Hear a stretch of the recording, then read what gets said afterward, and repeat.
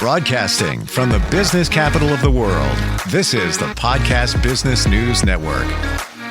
And welcome back, everybody. There's no one that knows animal communication, animal connection, even animal health issues greater than this woman. It's mind-blowing every time we get together, the insight that comes from her. And she's got many, many amazing programs that foster that love and connection between us and our animals, wild or domestic, whatever it might be. Today, we're going to talk about animal communication. By the way, I've witnessed her do what she does. Spot on. It's legit. But that animal communication connected to AI. I'm intrigued. Kate Solisti joins us again on the program. How are you? Hey, Steve. Great to be with you again.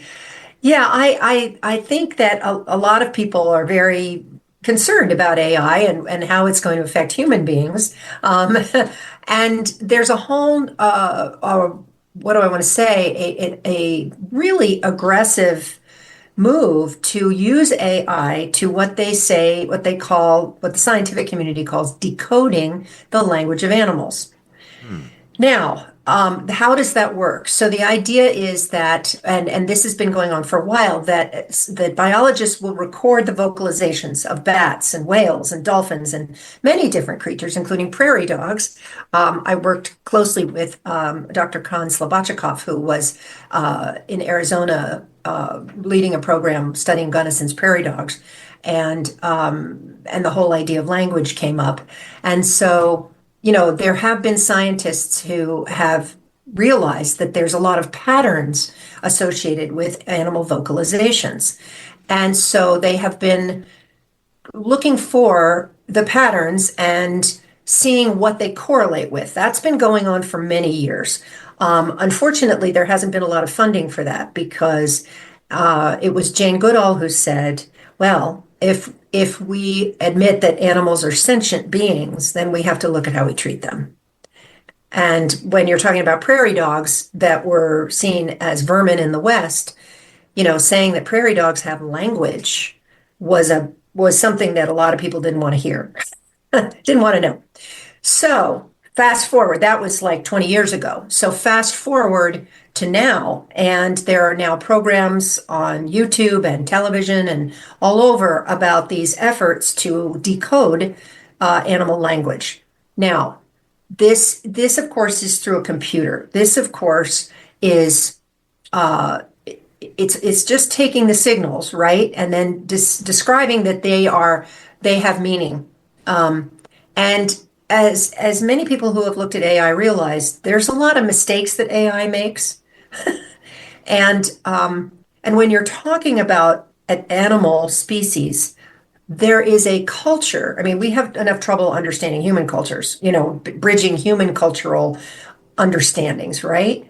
But when it comes to animals, different species that are not even human, and especially animals that live in the air or animals that live in the sea primarily, we don't have a whole heck of a lot in common to start with.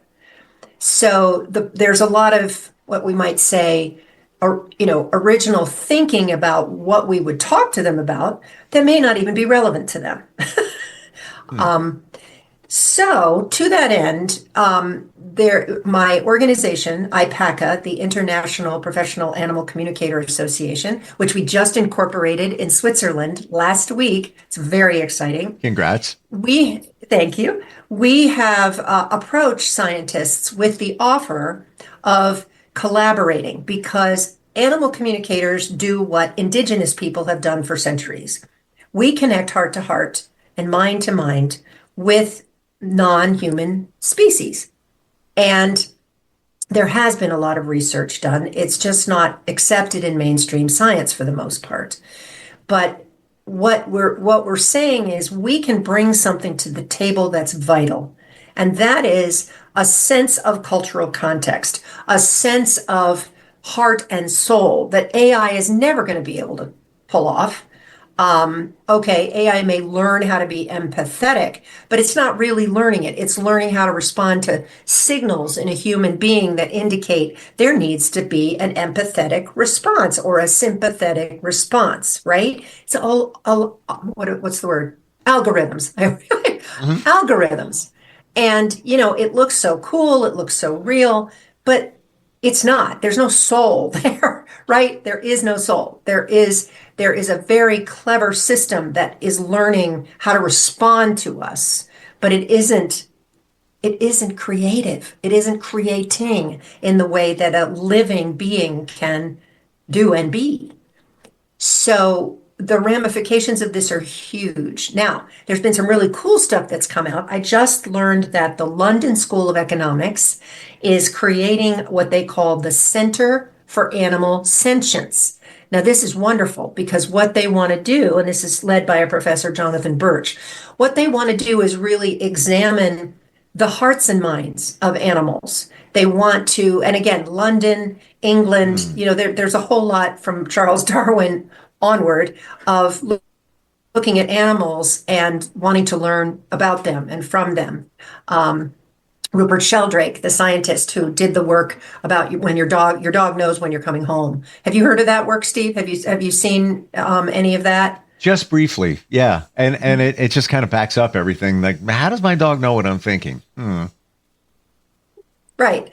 So, and he explained it really interestingly. And of course, there were people that tried to destroy his work, and they did a pretty good job of making him look foolish. But the truth was, his work was real. And so, unfortunately, again, the scientific community didn't want to accept what he was presenting, but he presented it totally solidly scientifically, as did Konslobachikov when his grad students were studying prairie dogs. So the good news here is that there are questions of ethics being brought up about, whoa, if we are learning how whales communicate with each other through clicks and whistles and vocalizations and sounds. And again, this is all moving through water. Let's remember, whole Mm. different medium than moving through air. And of course the equipment's getting more sophisticated in terms of recording the subtleties of language or their vocalizations. And of course they have language. I mean, it is silly to think that only humans have language when birds sing for the fun of it, not just to attract a mate. They sing for the love of the song. Do they really? And more, yeah, they do. They do. And science has proven that. But of course, this is something indigenous people and animal communicators have known for as long as we've been doing this. Can we look We at that a know little that. bit deeper, just as an example? Okay. Mhm. Birds sing, a lot of times very beautiful. Yes, we know that sometimes it's to attract a mate, but the other part of it, they're just singing because they're happy. What's going on there? Well, and I can't cite the actual study for you, but there have been studies that show that birds just sing for joy. The way and they haven't studied all birds. They've studied some songbirds, and basically there was no other reason. It wasn't about food. It wasn't about nesting. It wasn't about danger. It wasn't about mating. It was just the joy of the song and that they sing to each other and that they sing in response, just like humans do, call and respond. And it's such a beautiful thing. And, I would pose the question, why did you think they weren't doing that?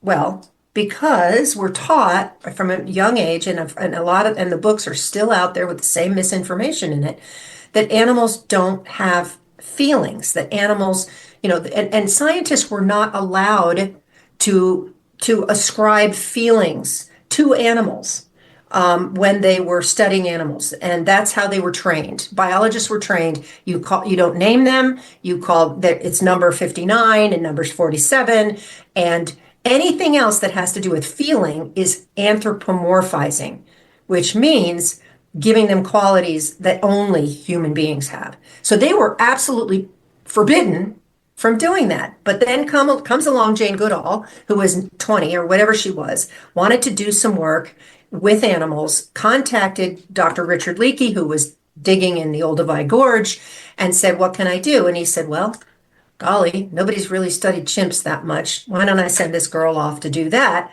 Because she'll last a couple months and she'll be done." So off she goes. And of course, because she wasn't trained as a biologist, she immediately named the chimps. she immediately connected to them Yes. and to watch and see how they were interacting, how they were treating each other.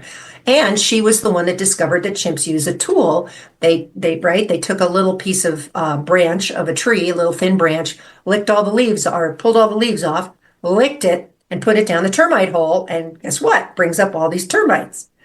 So she wrote that to him and said, I've seen them making tools. And his response was so precious because he said, or so telling, because he said, well, because at that point, only human beings use tools, according to science.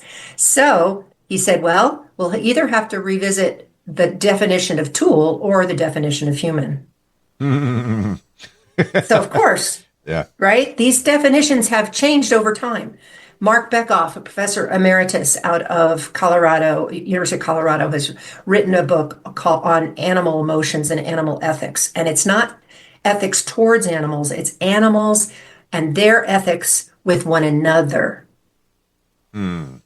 Really fascinating work. And there's a lot more of that coming out. So there are biologists, there are scientists who recognize that animals have feelings, have empathy, grieve, right? Now it's pretty commonly known that elephants grieve, right? Most people know That one's a new one for me. Just got to Is say. it? Yes. Okay. Yes. Okay. And again, I travel in animal circles, so but yes, elephants grieve. If they find the bones of someone, they will go and they will pick up the bones and they will connect with that being. Wow. There's a wonderful story. Lawrence, oh my goodness, the Elephant Whisperer. I'm blanking on his name, but he had done this incredible rescue of this small family of elephants, and it's an incredible story and beautiful story. And he died very young. He'd also been involved in the rescuing animals from Baghdad when the zoo was bombed. He was a wonderful naturalist, South African, and he died very young in his 60s.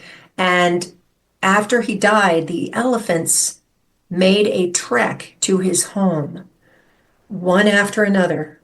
They came to pay their respects, and his wife knew exactly what was going on. So there's Wow. this sentience and connection that more and more people are writing about and connecting to. And this is why animal communication, we are on the forefront of what we might say making or bringing to civilized people, as opposed to indigenous people who I will call connected people. Civilized people are out of connection, for the most part. And we're all book learned, so we're all in our head and we all believe all the stuff we read instead of connecting heart to heart with things like indigenous folks do.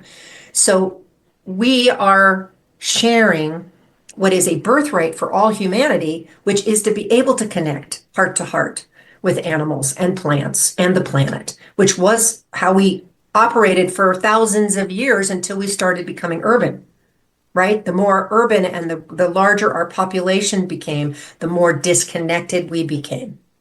So this is an opportunity, and this is the exciting part, Steve. I'm going to say when, because we have not had a lot of response from the scientific community yet. When they tune in and see how we can support their work, not as a competition, not as something that's just woo-woo, but when they understand that they have an opportunity to bring a whole nother perspective into their work, quote unquote, decoding the language of animals, then we can make incredibly beautiful progress. But if they don't, and they're depending on AI to do something they think that they cannot do, and some of it's their training, as I just described, right? They've been trained not to listen to their hearts and intuition, but to push that all aside. This could be a huge breakthrough in science Sure. coming up. Fundamentally, let's go back to the indigenous, where there was that connection, that spiritualism between themselves and their world, including animals. Now progress, started building, and there was more and more things that we had.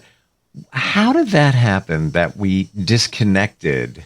Why couldn't have it happened where there was progress in life, inventions and all of that, where we could have stayed connected? Why did that go away? Oh, Steve, this has been the question that has been haunting me a lot lately. Really. I mean, it's haunted me through my life, but it's haunted me a lot lately because of what's been going on in our politics and in our destruction of, or not the desire to destroy the Endangered Species Act, the Clean Air and Clean Water Act, just cut down the forests and, this insanity. What happened? What happened was, I think first, an ego situation where we thought we could do it better. Okay. Somebody along the line early on said, no, I'm smarter, so I can do it better. And then you've got to add in the whole piece of, I want what my neighbor has. Okay? Because as soon as you get that piece, that's called greed, right? Everybody had enough. Everybody was doing fine, but all of a sudden, your neighbor has something pretty or bigger or faster or something. And instead of working it out, you just decide you want to go take it. All right. Then we move into a whole new culture, right? Of taking one another's stuff and then wanting more stuff. And, that goes back a long way. But I actually was just watching a wonderful program about regenerative agriculture, which is critical if we're going to survive. 60% of our soil is already gone. Excuse me. And I want to interject here that one day I was, thinking a little bit deeper months ago and had this epiphany that everything is the earth. Everything. Yes. Everything we have, it comes back to that one spot. That's it. This is our only home. There is no planet B. And we, for example, George Washington Carver back in the end of the 19th century, he was an incredible scientist and he discovered how nature is interactive and how we could grow crops much better with the rotations, rotating so that the soil could rebuild, helping the soil to rebuild. But guess what? He was black. That challenged the status quo. And B, at the turn of the century, we had all this poison gas left over from World War One. What are we going to do with it? Oh, let's turn it into fertilizer. We're able to build all these big machines. Let's not leave fields idle. Let's go out there and dig everything up, which has destroyed the soil, which requires more fertilizer, more pesticides and stuff. But there are happily many people, I don't know what many is, there are quite a few people realizing that regenerative agriculture must happen. And it's what nature does, and it isn't hard. It's normal. So Common Ground is a wonderful film about that, that is totally worth seeing, as is Kiss the Ground. I think Common Ground is the sequel to Kiss the Ground. Fabulous films that teach about this. But it does involve working with the insects, working with the mycelium underground that nourishes the soil and restores the soil. So this is a connection that has been broken that must be repaired. And that's why I say I feel hopeful that as science is now all excited because they have a tool that they think is going to help them talk to animals, there's an opening for a partnership, but it may need to come through indigenous people because they're harder to ignore than us. Sure. So we'll see, but we're at a real turning point, a real transition that could go beautifully for every living being on the planet or not. What do you think, Kate, was the tipping point where we got to this point and now we're kind of going back in time to realizing what we have? Where do you think the shift happened? Well, it wasn't like all of a sudden. I mean, again, when Nixon actually put into place the Endangered Species Act, Earth Day in 1970 had the largest protest turnout, whatever, ever. Wow. And it began, and again, he was a Republican, and they started a whole lot of programs to support the climate, to support the animals, the whole thing, because they needed to clean up rivers like the Cuyahoga in Ohio that caught on fire. Burn on, Big River Burn On. That was a Randy Newman song. Yep. So that was a major turning point. Oh, wait a minute. Earth Wait a minute. Day. Let's not forget Mercy, Mercy Me, The Ecology, Marvin Gaye, early 70s. Yes, absolutely. Very important song. Absolutely.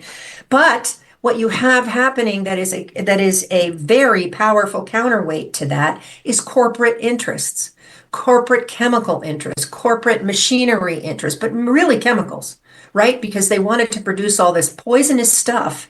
And they actually taught students in there, this is in Common Ground. They actually in the agricultural schools to this day, all over the country, probably the world, they teach that this is how you farm. That you use all these horrible chemicals, you till the earth, you dig it all up, and then you have to pour all the stuff in because you've just destroyed the mycelium network underneath that restores the soil.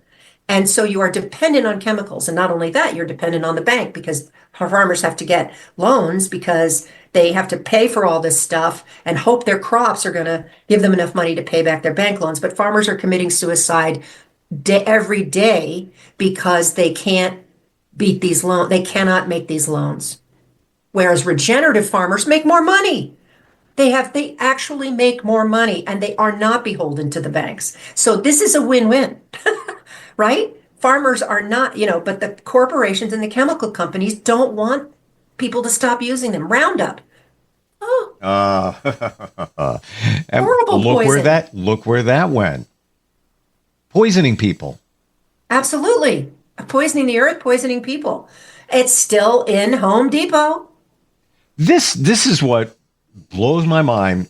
It's already been identified.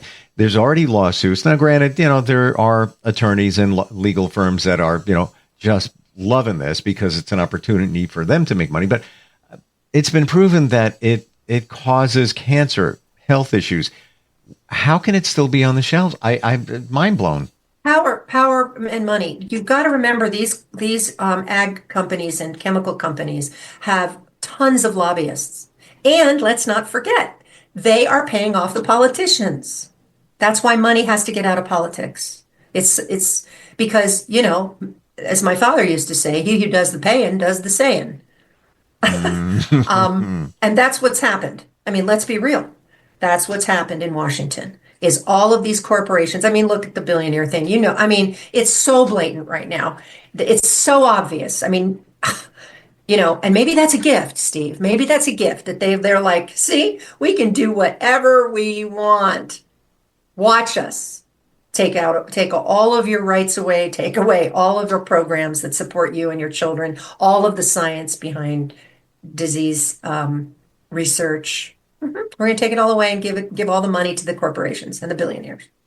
So this is the moment. This is the moment. So much good can come of this, like Canada electing somebody who's not like that, who cares about the climate and the environment. And that I'm hoping will happen around the world. And I have to believe that this is a wake-up call, that that's the gift in this horrific situation, because right now it's a threat to all life on the planet.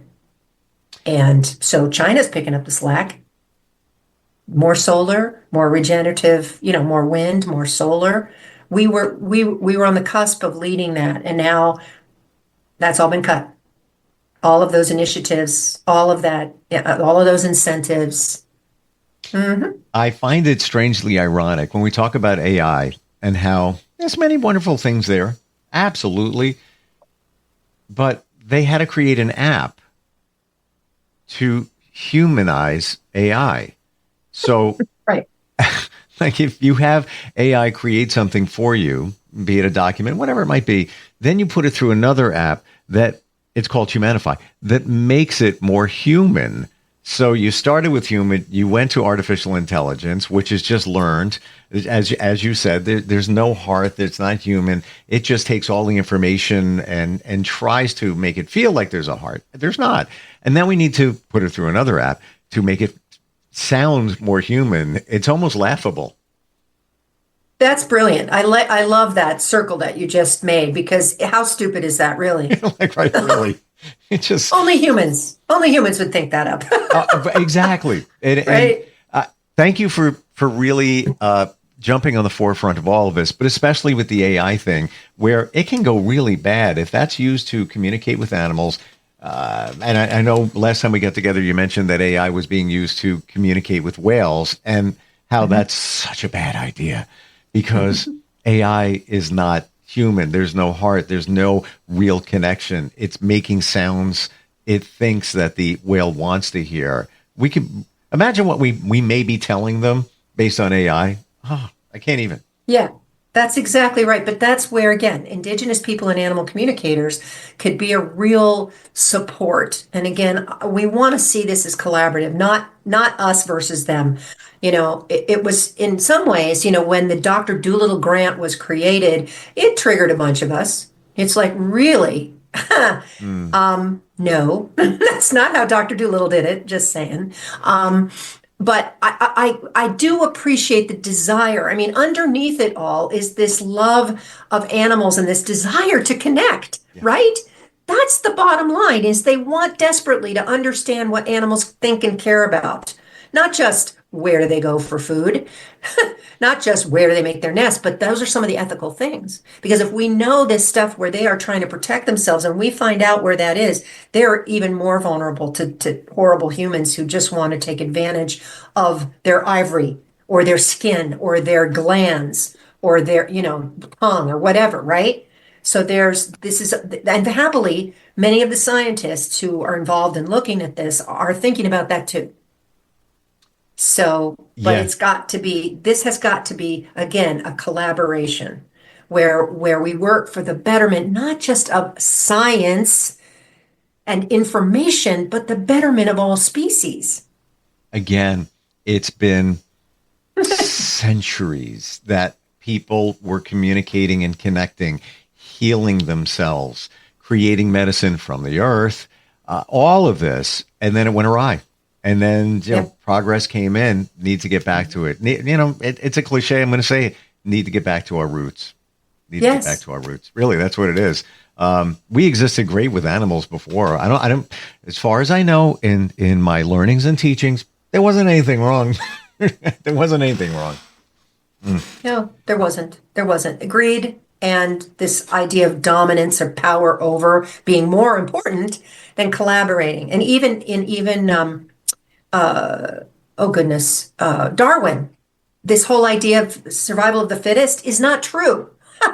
And he said, this may not be true. That was in an era where science was meant to be questioned. That's what they did. They questioned one another. And so the idea is collaboration. Nature is collaborative, cooperative. And that's coming out more and more. Thank goodness. I look at my dog and I think to myself, you are way smarter than me. You use your intuition. You're plugged in. You're connected. You have minimal health issues. You don't have stress. Appears that you don't have anxiety. I know some dogs do, but and any health issues that he's had, even in the last week, he had excessive thirst. That came right after a rabies shot. Now, I know that, it's legally that needs to get done and all of that, but there had to be the side effect of some sort. But because of no other reason, he's smarter though. He's smarter. Gotta respect. He's tuned in. He's right? tuned He's in. tuned in on many levels. And that's what it is. We're smarter when we stop using just our brain, when we use all of us, right? All of our senses, including our sixth senses, seventh senses, eighth senses. And that's, indigenous people used to manage the forest. There's a piece in Common Ground where this Native American biologist talks about how everybody said the Indians, the Plains people followed the buffalo. Well, she said, actually, it's the other way around.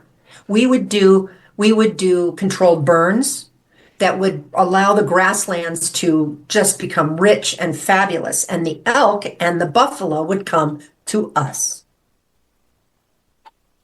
I could go on forever. This is so fascinating. like they needed us. They actually needed us. We worked together. And then we needed each other. Right. Congratulations on your whole association there being finally worldwide recognized. somebody has questions, they want to connect with you, Kate, how do they do that? KateSolisti.com. Easy. And I'm happy to respond to questions. I'm happy to respond to inquiries. Of course, I do my sessions one-on-one with people and their beloved companions. And I have my Harmony Pack where the animals are teaching us a lot about ourselves as well as how to make the world better. So that's a great love of mine. Love what you do. Thanks. I really, really do. And it's given me so much more insight and thought. When I look at my animals, I'm rushing out of my house, my cat's on the counter, and he's just looking at me like, "Can you please hug me? Can you give me some attention?" I'm not even kidding. This morning, and I got passed by, I'm like, gotta stop. Yeah, there's a reason they are so plugged in, and I'm realizing that more and more every time we talk. Yeah, it's just amazing. Great. I'm so glad. I'm so glad. And Well, share that. Yeah, and we are. Keep sharing, right? Keep sharing. Keep 100%. sharing. Looking forward next time we get Thanks. together, Kate. You bet. Me too. Thanks, Steve. Thank you. We'll be right back. Bye.